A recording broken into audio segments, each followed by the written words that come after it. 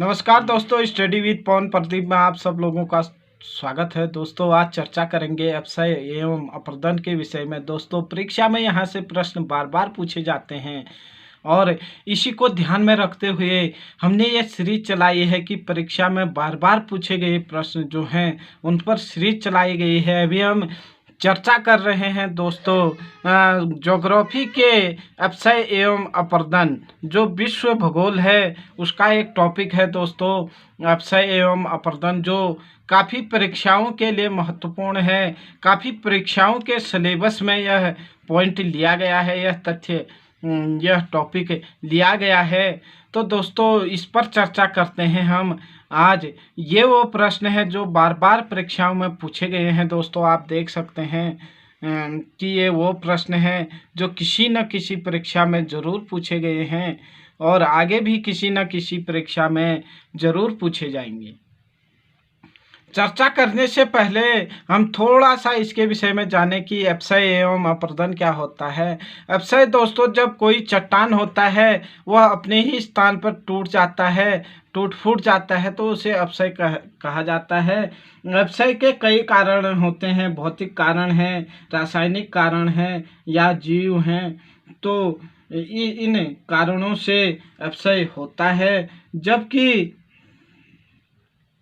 अपरदन के बारे में हम कहें तो अपरदन वह क्रिया है जो टूटे फूटे चट्टानों के टुकड़े को एक स्थान से दूसरे स्थान पर पहुंचा देती है, या जो चट्टान टूटी होती है वह वहां पर न रह करके कहीं और चली जाती है, तो उस प्रक्रिया को अपरदन कहा जाता है। दोस्तों आज शुरू करते हैं प्रश्न कि अपसय की दर निम्न में से कहाँ अधिक होती है। जो ये थार मरुस्थल है दोस्तों, यहाँ पर अपसय की दर सबसे अधिक होती है, क्योंकि यहाँ पर जो चट्टानें होती हैं, या जो चट्टानें तो क्या होती हैं, बालू के टीले होते हैं, वह अपने आप में काफ़ी कोमल होते हैं और वह एकदम से टूट फूट जाते हैं हवा से या ताप से या वर्षा से या कई अन्य कारणों से, रासायनिक कारणों से। तो जो सबसे ज़्यादा अपसय होता है हमें याद रखना है कि वह थार मरुस्थल में होता है। चट्टानों के अपने ही स्थान पर भौतिक, रासायनिक एवं जैविक क्रियाओं द्वारा टूटने फूटने की प्रक्रिया को अपसय कहते हैं। अपसय के मुख्य प्रकार जो हैं दोस्तों वो 3 प्रकार हैं: भौतिक या यांत्रिक अपसय, रासायनिक अपसय और जैविक अपसय। अगला प्रश्न देखें दोस्तों। प्रश्न: निम्नलिखित में से कौन बृहत संचलन की अनाच्छादन क्रिया से संबंधित है? इसके लिए जो सही उत्तर है दोस्तों अपस्तरण। इसके लिए सही उत्तर था कि बृहत संचलन की अनाच्छादन क्रिया से संबंधित नहीं है। क्या नहीं है?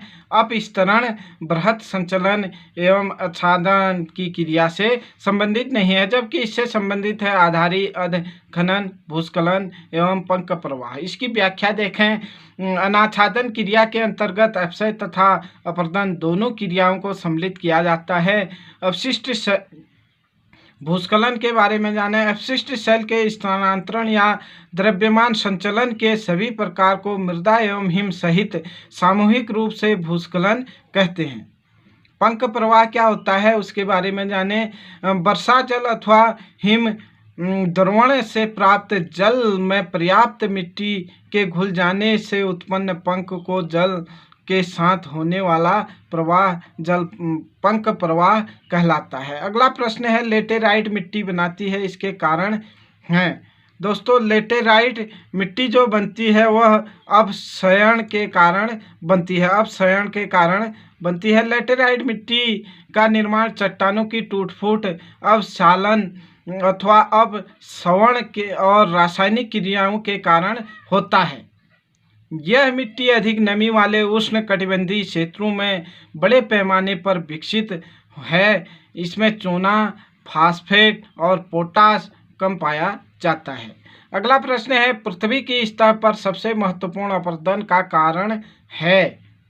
जो पृथ्वी पर सबसे ज़्यादा अपरदन होता है दोस्तों वह प्रवाहित जल के द्वारा होता है, नदियों के द्वारा होता है। पृथ्वी की सतह पर प्रवाहित जल द्वारा सबसे अधिक अपरदन की क्रिया संपन्न होती है। भूतल पर सदैव दो प्रकार के बल कार्य करते हैं, अंतर्जात बल एवं बहिर्जात बल। अंतर्जात बल पृथ्वी के आंतरिक भागों से उत्पन्न होने वाला बल है, जबकि बहिर्जात बल पृथ्वी की सतह पर उत्पन्न होता है। इसी बल द्वारा सतह पर अपक्षय एवं अपरदन की क्रिया होती है, जो प्रवाहित जल, हिमानी पवन, भूमिगत जल, सागरी लहरें आदि द्वारा संपन्न की जाती है, प्रवाहित की जाती है। तो वह नदियों, जल, हिमानी या इनसे जो अपरदन की क्रिया होती है वह सर्वाधिक होती है। अगला प्रश्न देखें दोस्तों, शीत प्रदेशों में निम्नलिखित में से ऋतु अपक्षय का कौन सा प्रकार प्रायः क्रियाशील नहीं रहता है? शीत प्रदेशों में ऋतु अपक्षय का कौन सा प्रकार क्रियाशील नहीं रहता है?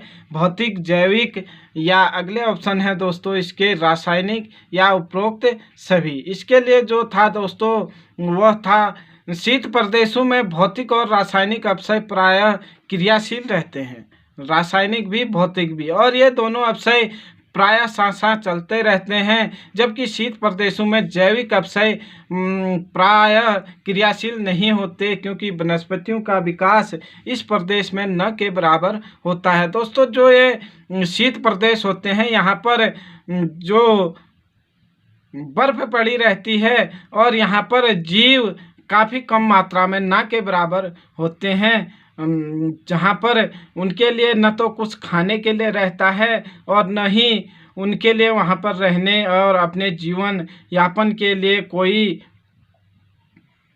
सुविधा मिलती है या जीवन यापन कर पाते हैं। इससे यहाँ पर जो जीव हैं वह नहीं के बराबर रहते हैं और यहाँ पर जो जैविक अपक्षय है इसीलिए शीत प्रदेशों में नहीं होती है, जहाँ पर बर्फ पड़ा रहता है सदैव। और अपक्षय प्रक्रिया को तापमान, वर्षा, मृदा, खनिज आदि कारक प्रभावित करते हैं। अपक्षय जो होता है तापमान के कारण, वर्षा के कारण, मृदा, खनिज आदि कारणों से होता है। शीत प्रदेशों में सतह यदि पूर्ण रूप से बर्फ से ढका है तो सभी प्रकार के अपक्षय स्थगित रहते हैं। अगला प्रश्न है, सिलिकेट और कार्बोनेट खनिजों को प्रभावित करने वाली रसायनों से होने वाली अपक्षय प्रक्रिया क्या कहलाती है? जलीय विश्लेषण, विद्युत अपघटन, अपवर्णन या लवणीय क्रिस्टल वृद्धि। तो दोस्तों इसके लिए सही उत्तर था जलीय विश्लेषण। सिलिकेट और कार्बोनेट खनिज पदार्थों को प्रभावित करने वाली रसायनों से होने वाली अपक्षय प्रक्रिया जलीय विश्लेषण कहलाती है। अगला प्रश्न है, दरारों में उगी हुई पौधों की जड़ें जो चारों ओर की शैल पर दबाव डालती है, अंत में जड़ें बढ़कर शैलों को तोड़ देती हैं, यह किसका उदाहरण है? तो यह दोस्तों भौतिक अपक्षय जो है उसके अंतर्गत आता है। अपक्षय ताप, जल, वायु तथा प्राणियों का कार्य है, मतलब इनके द्वारा होता है, जिनके द्वारा यांत्रिक तथा रासायनिक परिवर्तनों से चट्टानों में अपने ही स्थानों पर टूट फूट होती है। अपक्षय को नियंत्रित करने वाले कारक हैं दोस्तों चट्टान का संगठन तथा संरचना, स्थल के ढाल का स्वभाव, जलवायु में विविधता, वनस्पति का प्रभाव। आगे चर्चा करें अगले प्रश्न पर। अपघर्षण वह प्रक्रिया है जिसके द्वारा कण अवखंडित हो जाते हैं, यह भौतिकीय अपक्षय में द्वितीय प्रक्रिया है। ऑप्शन बी रासायनिक अपक्षय में प्राथमिक प्रक्रिया है। ऑप्शन सी रासायनिक अपक्षय में द्वितीय प्रक्रिया है। ऑप्शन डी भौतिकीय अपक्षय में प्राथमिक प्रक्रिया है। जो इसके लिए सही उत्तर था कि अपघर्षण वह प्रक्रिया है जिसके द्वारा कण अवखंडित हो जाते हैं, भौतिकीय अपक्षय में प्राथमिक प्रक्रिया है, यह इसके लिए सही उत्तर था। व्याख्या देखें दोस्तों, अपघर्षण वह प्रक्रिया है जिसके द्वारा कण अवखंडित हो जाते हैं, यह भौतिकीय अपक्षय में प्राथमिक प्रक्रिया है। दोस्तों यह सीरीज अगर आपको अच्छी लग रही है तो लाइक शेयर कमेंट करना ना भूलें। आपके परीक्षा के लिए दोस्तों यह काफ़ी महत्वपूर्ण है। अपने दोस्तों के साथ भी शेयर कर दोस्तों को भी इसका फायदा देने की पूरी कोशिश आप जरूर करेंगे। अगला प्रश्न, भौतिक अपक्षय में मिट्टी और सेलों का वायुमंडलीय अवस्थाओं जैसे जल, दबाव, बर्फ और ताप के प्रत्यक्ष संपर्क में आने का कारण अवखंडन होना शामिल है। इसे यह भी कहा जाता है यांत्रिक अपक्षय, विसर्जन, कार्बोनेशन या कृत्रिम अपक्षय। दोस्तों इसके लिए जो सही उत्तर था कि यांत्रिक अपक्षय होता है। यांत्रिक अपक्षय का निम्न रूपों में उल्लेख किया जा सकता है। ताप के कारण चट्टानों का बड़े बड़े टुकड़ों में विघटन हो जाता है। ताप के कारण ही चट्टानों का छोटे छोटे टुकड़ों में भी विघटन हो जाता है। वर्षा के जल द्वारा चट्टानों का टूटकर बिखरना भी यही है भौतिक परिवर्तन ही, भौतिक अपक्षय ही है दोस्तों। तुषार कणों द्वारा बड़े बड़े टुकड़ों में भी विघटन हो जाता है चट्टानों का, या फिर वायु तथा ताप द्वारा भी अवदलन होता है। दाब मुक्ति द्वारा भी चट्टानों का विघटन हो जाता है या अपक्षय हो जाता है। अगला प्रश्न है दोस्तों, निम्नलिखित में कौन रासायनिक अपक्षय नहीं है? ऑक्सीकरण, जलीकरण, हिमीकरण या कार्बनीकरण। रासायनिक अपक्षय नहीं है। हिमीकरण दोस्तों रासायनिक अपक्षय नहीं है। रासायनिक अपक्षय ऑक्सीजन, कार्बोनेशन, हाइड्रेशन तथा सिलिका के पृथक्करण द्वारा होता है, किंतु इसके लिए नमी या जल की आवश्यकता होती है। हिमीकरण में कोई अपक्षय नहीं होता है। अगला प्रश्न है, अवदलन नामक अपक्षय। अवदलन नामक अपक्षय का कारण है, जो राइट आंसर है दोस्तों इसका तापीय उतार चढ़ाव। हम डायरेक्ट उत्तर और व्याख्या देखेंगे दोस्तों, इससे थोड़ा समय की बचत होगी। निश्चित तौर पर आप सारे ऑप्शंस देख सकते हैं, लेकिन यहाँ पर अगर हम सारे ऑप्शन को देखते रहे तो वीडियो काफ़ी लंबा हो सकता है, इसीलिए हम डायरेक्ट उत्तर पर ही चर्चा करेंगे। अवदलन नामक अपक्षय का कारण है तापीय उतार चढ़ाव। शुष्क प्रदेशों में अधिक तापांतरण के कारण चट्टानों की ऊपरी सतह अंदर की अपेक्षा ठंडी सतह से प्याज के छिलके की भांति अलग हो जाती है, जिसे अवदलन कहते हैं। अगला प्रश्न है, बलित स्तरों पर जिनके ऊपर कठोर सेल आवरण हो के अपर्दन के कारण निम्न में से कौन स्थल रूप विकसित होता है?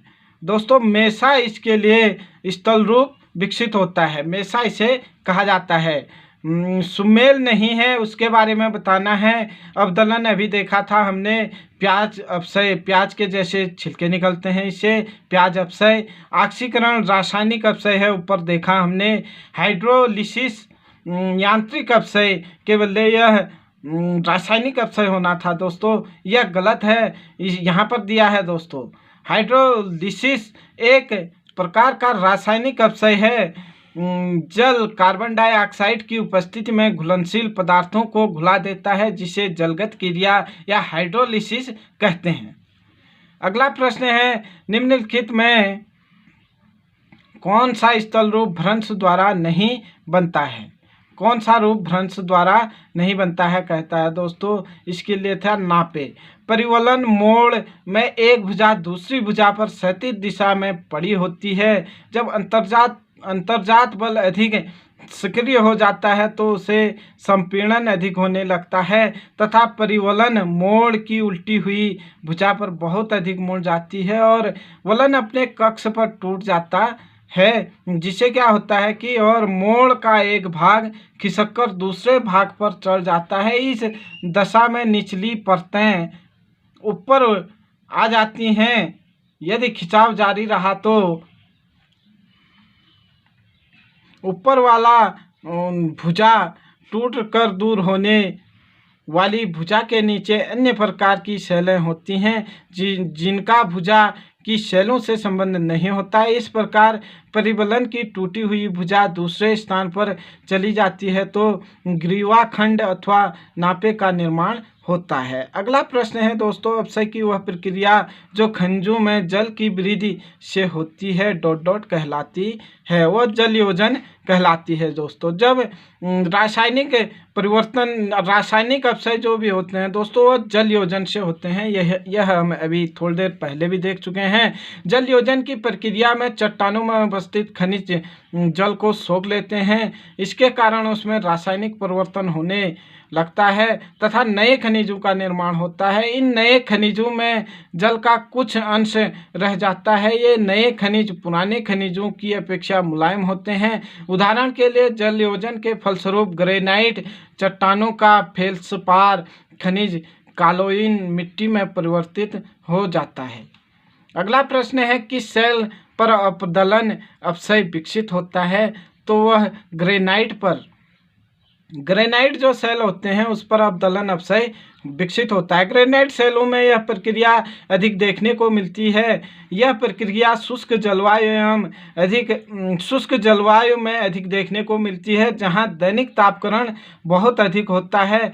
फैलाव तथा संकुचन से अपसंकलन के कारण सेलों में चिकनी गोलाकार सतहों का निर्माण होता है। अगला प्रश्न देखें, निम्न में कौन एक दिनगत संरचना जनित स्थल रूप है? व्याख्या राइट आंसर जो है दोस्तों इसका क्वेस्टा इसके लिए सही है। एक दिनगत संरचना जनित स्थल क्या है? क्वेस्टा। जब परतदार कमजोर सेल में लावा गुंबद का प्रदेश होता है तो इस प्रकार बने स्थल रूप को हागबैग कहते हैं। हागबैग प्रश्न पूछा जा सकता है कि हागबैग किसे कहते हैं? जब परतदार कमजोर सेल में लावा गुंबद का प्रवेश होता है तो इस प्रवेश होना था दोस्तों, यहाँ पर प्रवेश होता है तो इस प्रकार बने स्थल रूप को हागबैग कहते हैं। हागबैग एक लंबी तथा पतली श्रेणी के रूप में होती है जिसका ड्रिप एवं डाल दोनों खड़े होते हैं। इसी प्रकार क्वेस्टा का निर्माण होता है। क्वेस्टा एवं हागबैग में अंतर यह है कि क्वेस्टा का ढाल एवं टिप खड़े ढाल वाला नहीं होता है वरन झुका हुआ होता है। क्वेस्टा एक स्पेनिश शब्द है जिसका तात्पर्य है पहाड़ी श्रेणी। अगला प्रश्न देखें दोस्तों, जब तीव्र दबाव के कारण वलन की दोनों भुजाएं एक दूसरे के समांतर एवं क्षैतिज अवस्था में आ जाते हैं तो परिणाम स्वरूप बना वलन कहलाता है, परिवलन कहलाता है दोस्तों। जब क्षैतिज संचलन अत्यधिक तीव्र होता है तो अत्यधिक संपीड़न के कारण इतना अधिक वलन हो जाता है कि वलन की दोनों भुजाएं परस्पर समांतर होती हुई क्षैतिज दिशा में हो जाती हैं, जिसे परिवलित वलन या शयान वलन कहा जाता है। अगला प्रश्न देखें, सूची 1 को 2 से मिलान करना है तो नीचे यह सूची मिलान किए गए हैं दोस्तों, डायरेक्ट उसी को देखें हम। सामान्य भ्रंश किसे कहते हैं? दोनों सेल खंडों का विपरीत दिशाओं में विस्थापन। सामान्य भ्रंश दोनों सेल खंड क्या करते हैं? विपरीत दिशा में विस्थापन। उत्क्रम भ्रंश दोनों सेल खंडों का एक दूसरे की ओर संचलन। पार्श्व भ्रंश तल के सहारे सेल खंडों का क्षैतिज विस्थापन। स्टेज भ्रंश जल भ्रंश श्रृंखलाओं का ढलान उसी दिशा में। अगला प्रश्न, निम्नलिखित में कौन एक यांत्रिक अपक्षय की प्रक्रिया नहीं है? जो इसके लिए सही उत्तर है दोस्तों चेलेशन यांत्रिक अपक्षय की प्रक्रिया नहीं है, जबकि कैम्ब्रिक फ्लैंकिंग एवं एक्सफोलिएशन ये जो हैं यांत्रिक अपक्षय की प्रक्रिया है, जबकि चेलेशन यांत्रिक अपक्षय की प्रक्रिया नहीं है। यांत्रिक अपक्षय में सूर्यताप, तुषार तथा वायु द्वारा चट्टानों में विघटन होने की क्रिया को यांत्रिक अपक्षय कहा जाता है या भौतिक अपक्षय कहा जाता है। यांत्रिक अपक्षय में यद्यपि ताप का परिवर्तन सर्वाधिक प्रभावशाली कारक है, तथापि इसके अंतर्गत दाब मुक्ति, जल का जमना पिघलना तथा गुरुत्व का भी सहयोग रहता है। अगला प्रश्न है, निम्नलिखित में यांत्रिक अपक्षय की तुलना में रासायनिक अपक्षय ज़्यादा प्रभावपूर्ण होता है। ऑप्शन डी इसके लिए सही है, शीतोष्ण क्षेत्र में। जो शीतोष्ण क्षेत्र होते हैं, ठंडे प्रदेश होते हैं, वहाँ यांत्रिक अपक्षय की तुलना में रासायनिक अपक्षय क्या होते हैं, ज़्यादा होते हैं। प्रश्न पूछा जा सकता है कि रासायनिक परिवर्तन या रासायनिक अपक्षय कहाँ ज़्यादा होते हैं, तो वह शीतोष्ण क्षेत्र में होते हैं, शीत क्षेत्र में। यांत्रिक अपक्षय की तुलना में रासायनिक अपक्षय ज़्यादा शीतोष्ण क्षेत्रों में ज़्यादा प्रभावपूर्ण होते हैं। सूर्यताप, तुषार तथा वायु द्वारा चट्टानों में विघटन होने की क्रिया को यांत्रिक अपक्षय कहा जाता है। वायुमंडल के निचले स्तर में ऑक्सीजन, कार्बन डाइऑक्साइड गैसों तथा जलवाष्प की प्रधानता होती है, परंतु जब तक इनका संयोग नमी या जल से नहीं होता है, अर्थात जब तक ये शुष्क होते हैं, तब तक अपक्षय की दृष्टि से ये क्रियाहीन होते हैं, परंतु जैसे ही इनका संयोग ये जल से मिलते हैं तो ये सक्रिय घोलक साधक हो जाते हैं। इसके संयोग से चट्टानों में रासायनिक परिवर्तन होने लगते हैं। यह रासायनिक अपक्षय के अंतर्गत आते हैं। निम्नलिखित में कौन सा दृढ़ रूप में अनुमानित भ्रंश सक्रिय कगार है? दोस्तों, भ्रंश के पार अध्यारोपित अपवाह क्या होता है? दृढ़ रूप से अनुमानित भ्रंश सक्रिय कगार है। व्याख्या देखें, भ्रंश के पार अध्यारोपित अपवाह दृढ़ रूप से अनुमानित भ्रंश का सक्रिय कगार है। भ्रंश वह है जिसमें एक ओर की शिलाएं अपने मूल स्थान में अपेक्षाकृत नीचे की ओर चली जाती हैं, ऐसे भ्रंश अनुक्रम भ्रंश कहलाता है। भ्रंश के अंतर्गत एक ओर की शिलाएं दूसरे ओर की शिलाओं की अपेक्षा नीचे ऊपर चली जाती हैं। अगला प्रश्न दोस्तों कथन एवं कारण है, इसके बारे में हमें बताना है कि क्या सही है। गोलाब अपक्षय रासायनिक अपक्षय का परिणाम है। सही कहता है दोस्तों, गोलाब अपक्षय तब होता है जब सेलों के जोड़ों में प्रवेश करता है और सेल संयोजी पदार्थ को घोलता है। दोस्तों, इसके लिए जो सही उत्तर है ए और आर दोनों सही हैं। आर ए की सही व्याख्या कर रहा है।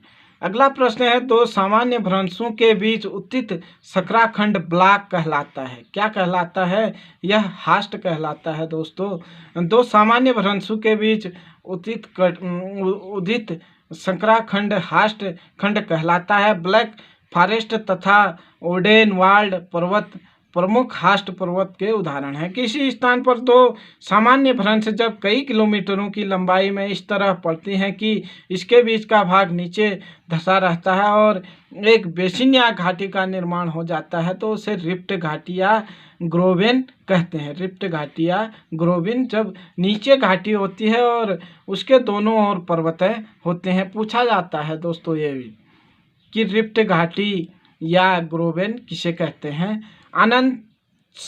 अगला प्रश्न है, अनंत शैल स्तरण पर क्षैतिज रेखा की दिशा को क्या कहते हैं? दोस्तों, उसे नतिलंब कहते हैं। व्याख्या देखें, अनंत शैल स्तर पर क्षैतिज रेखा की दिशा को नतिलंब कहते हैं, जबकि अपनति होता है अंतर्जात बल के कारण क्षैतिज संचलन द्वारा चट्टानों के स्तरों में सिकुड़न के कारण उत्पन्न बलन का जो भाग ऊपर उठ जाता है उसे अपनति कहते हैं। अभिनति होता है दोस्तों क्षैतिज संचलन द्वारा उत्पन्न वलन का जो भाग नीचे मुड़कर धंस जाता है उसे अभिनति कहते हैं। जो नीचे धंस जाता है मुड़कर अभिनति।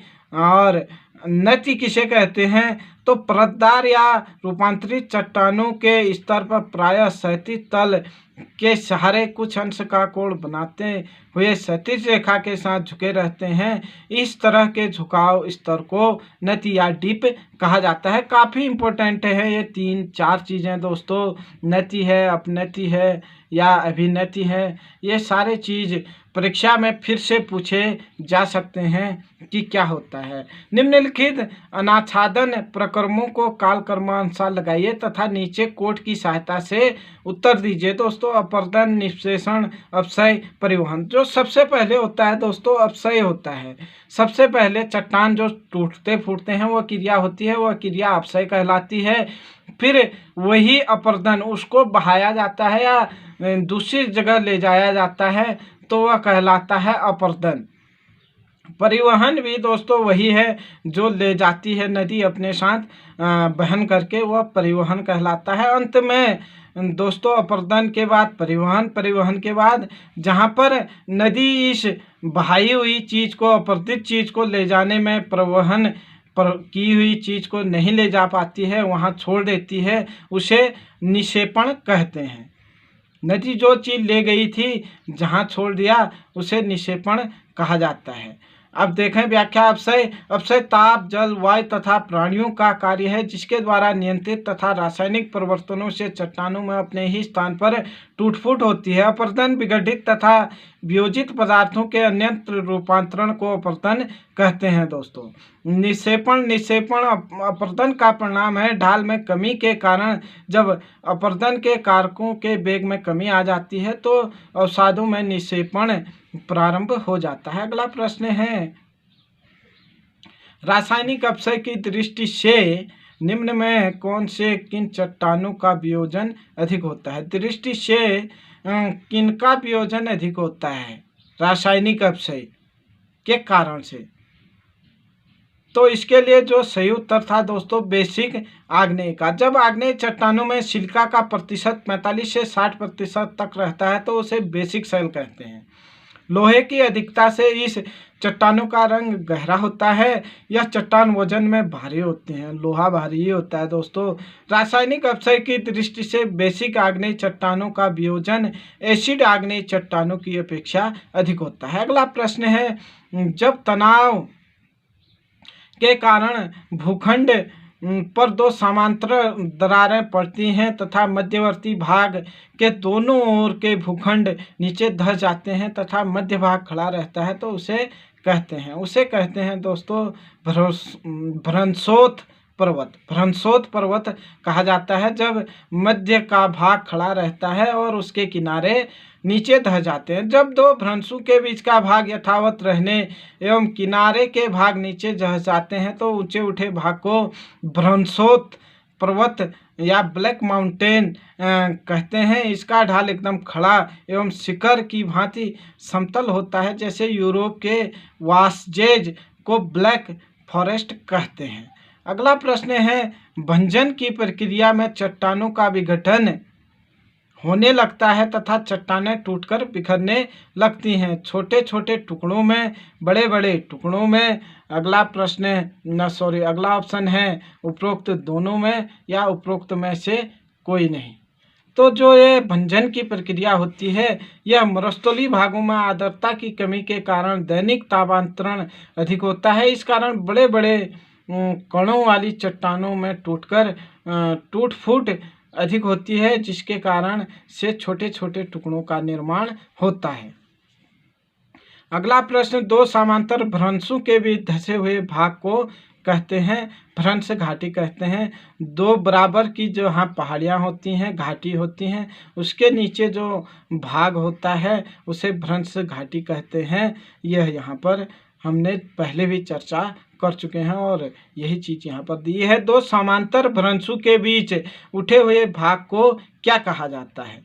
दो जो समांतर भ्रंश होते हैं उसके बीच में जो भाग उठा रहता है उसे ब्लॉक पर्वत कहते हैं। दो समांतर भ्रंशों के बीच उठे हुए भाग को ब्लॉक या हास्ट पर्वत कहते हैं। ये भूस्खलन की दृष्टि से पृथक पृथक परिस्थितियों के परिणाम होते हैं। अगला प्रश्न है, ऑक्सीडेशन की क्रिया में निम्नलिखित किस प्रकार की चट्टानें अपघटित होती हैं? सही उत्तर है लौहयुक्त। ऑक्सीडेशन की प्रक्रिया लौहयुक्त चट्टानों में अपघटित होती है क्योंकि नमी की उपस्थिति के कारण लौहयुक्त चट्टानों में ऑक्सीजन की क्रिया अधिक होती है। चूनायुक्त चट्टान जल में कार्बन डाइऑक्साइड से सहयोग कर कैल्शियम बाइकार्बोनेट का निर्माण करती है, अर्थात कैल्शियम युक्त चट्टान का रासायनिक अपक्षयन सर्वाधिक होता है। पूछा जा सकता है कि किस चट्टान का सबसे अधिक रासायनिक अपक्षयन होता है, तो वह कैल्शियम युक्त चट्टान का सबसे अधिक रासायनिक अपक्षयन होता है। विश्व की सबसे लंबी रिफ्ट घाटी है दोस्तों जो जॉर्डन नदी की घाटी है यह विश्व की सबसे लंबी रिफ्ट घाटी है। रिफ्ट घाटी शब्द का सर्वप्रथम प्रयोग गेगरी ने पूर्वी अफ्रीका की रिफ्ट घाटी का अध्ययन करते समय किया। यहाँ पर भी प्रश्न बनता है कि सबसे पहले रिफ्ट घाटी का शब्द का प्रयोग किसने किया। जो सबसे पहले रिफ्ट घाटी शब्द का प्रयोग किया था यह ग्रेगरी ने किया था। दोस्तों ये याद रखना जरूरी है। अफ्रीका में जब वो रिफ्ट घाटी का अध्ययन कर रहे थे उस समय उन्होंने इस शब्द का प्रयोग किया। रिफ्ट घाटियों को भ्रंश गंभीर के रूप में भी जाना जाता है। जॉर्डन नदी घाटी को पश्चिम में सीरिया से लगाकर पूर्वी अफ्रीका तक विस्तृत है। यह विश्व की सबसे लंबी नदी घाटी है। अगला प्रश्न, निम्नलिखित में से कौन सी प्रक्रिया रासायनिक अपक्षयन से संबंधित नहीं है। दोस्तों कार्बोनेशन, अवदलन, ऑक्सीकरण या जल योजन। जल के साथ कार्बन डाइऑक्साइड गैस का मिश्रण होने से जल में घुलनशील अनेक प्रकार के कार्बोनेटों का निर्माण हो जाता है। इन कार्बोनेटों के निर्माण के कारण चट्टानों के अनेक घुलनशील तत्व उनसे अलग होकर जल में मिल जाते हैं। जल एवं वायु ऑक्सीजन का सम्मिलित कार्य ऑक्सीकरण कहलाता है। ऑक्सीकरण की क्रिया का सर्वाधिक प्रभाव लौहयुक्त चट्टानों पर परिलक्षित होता है। चट्टानों का संपर्क जल से होने पर उनकी कुछ मात्रा चट्टानों द्वारा सोख ली जाती है, यही जल योजन कहलाता है। इस प्रकार अवदलन का संबंध रासायनिक अपक्षय से नहीं है। दोस्तों अगला प्रश्न देखें, निम्नलिखित में से कौन भ्रंश रेखा कगार का दृढ़ अनुमानिक है। तो इसके लिए सही ऑप्शन था चट्टान रोध और स्थलाकृत रूप के बीच कमजोर सहसंबंध। चट्टान रोध और स्थलाकृत रूप के बीच कमजोर सहसंबंध भ्रंश रेखा कगार का दृढ़ अनुमानिक है। दोस्तों अगला प्रश्न, रासायनिक अपक्षय की प्रक्रिया लोहे पर जंग लगने का कारण क्या है कहता है। कौन सी प्रक्रिया है जिससे लोहा में जंग लगता है। तो ऑक्सीकरण के द्वारा दोस्तों लोहे में जंग लगता है।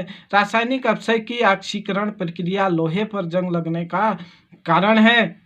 वायु की ऑक्सीजन का सहयोग जब जल से होता है तो जल में मिली ऑक्सीजन की क्रिया चट्टानों के खनिजों पर होती है। इस कारण खनिजों में ऑक्साइड बन जाते हैं जिनमें चट्टानों में विनियोजन होने लगता है। ऑक्सीजन की इस क्रिया को ऑक्सीकरण कहते हैं। अगला प्रश्न, अपक्षय की प्रक्रिया क्या बताते हैं। अपक्षय दोस्तों हम कई बार देख चुके हैं, सेल खंडित हो जाते हैं। अपक्षय की प्रक्रिया सेल सामग्री का खंडित होना बताती है। अपक्षय क्रिया के अंतर्गत सेलें वियोजित अथवा विखंडित होकर छोटे पदार्थों, कणों अथवा अणुओं के रूप में अपने स्थान पर ही असंगठित रूप में रह जाती हैं, जिससे तत्व अथवा अणु अथवा पदार्थ पारस्परिक संगठन से मुक्त हो जाते हैं, वो अपने ही स्थान पर टूट जाते हैं, कहने का मतलब है। अगला प्रश्न है, अब अपरदन का सामान्य चक्र किससे संबंधित है। नदी अपरदन से है। दोस्तों नदी द्वारा अपरदन चक्र को अपरदन का सामान्य चक्र कहा जाता है। इसे सामान्य चक्र इसलिए कहा जाता है क्योंकि बहते हुए जल का कार्य अन्य अपरदन के साधनों से अधिक व्यापक तथा महत्वपूर्ण होता है। अपरदन के सामान्य चक्र का प्रारंभ सागर तल से किसी भी स्थलखंड के उत्थान के साथ होता है। जैसे ही स्थलखंड धरातल के ऊपर उठता है उस नदी द्वारा अपरदन का कार्य प्रारंभ हो जाता है, परंतु प्रारंभ में उत्थान की दर जो थी अपरदन की दर से अधिक होती है। फलतः स्थलखंड की ऊंचाई तथा उच्चावच बढ़ते जाते हैं। कुछ समय बाद स्थलखंड का उत्थान रुक जाता है तथा अपरदन सक्रिय हो जाता है। एक निश्चित अवधि के बाद अपरदन द्वारा उचित भाग कटकर अपने आधार तल को प्राप्त हो जाता है तथा अपरदन का एक सामान्य चक्र पूर्ण हो जाता है। अब यहाँ पर दोस्तों आज का जो आखिरी प्रश्न है इनको सम्मिलित करना है। ग्रोल, द्रोणिका, ग्रैबो, ग्रोइन। दूसरी स्तर स्थलमंडल, बेलांचल, वायुड क्षेत्र या पर्वतन पट्टी। तो ये जो सही सुमेलित किया गया है दोस्तों, इसमें है गोर जो है राजस्थान मरुस्थल है। द्रोणिका जो है इसकी व्याख्या है दोस्तों पर्वतन पट्टी है। ग्रेबो जो है स्थलखंड है। ग्रोइन जो है बेलांचल है। ग्रोइन, बेलांचल, ग्रेबो दोस्तों ग्रेबो है स्थलखंड है, स्थलखंड या स्थल मंडल कह सकते हैं। द्रोणिका दोस्तों पर्वतन पट्टी है। और गोर जो है दोस्तों जो हमारा वायुड क्षेत्र बचा इसके लिए दिया गया है, जो राजस्थान का मरुस्थल से संबंधित है। दोस्तों आज के लिए इतना ही। अगर आपको यह सीरीज अच्छी लग रही है, इसके प्रश्न आपको पसंद आए, तो आप लाइक शेयर कमेंट करना ना भूलें और अपने अधिक से अधिक मित्रों के साथ शेयर करें। और चैनल पर नहीं आए हैं तो दोस्तों प्लीज़ 1 सेकंड का समय निकालकर मेरे इस यूट्यूब चैनल को सब्सक्राइब कर लीजिए। लाइक शेयर कमेंट करना ना भूलें। तब तक के लिए हमारे साथ बने रहने के लिए धन्यवाद। जय हिंद, जय भारत।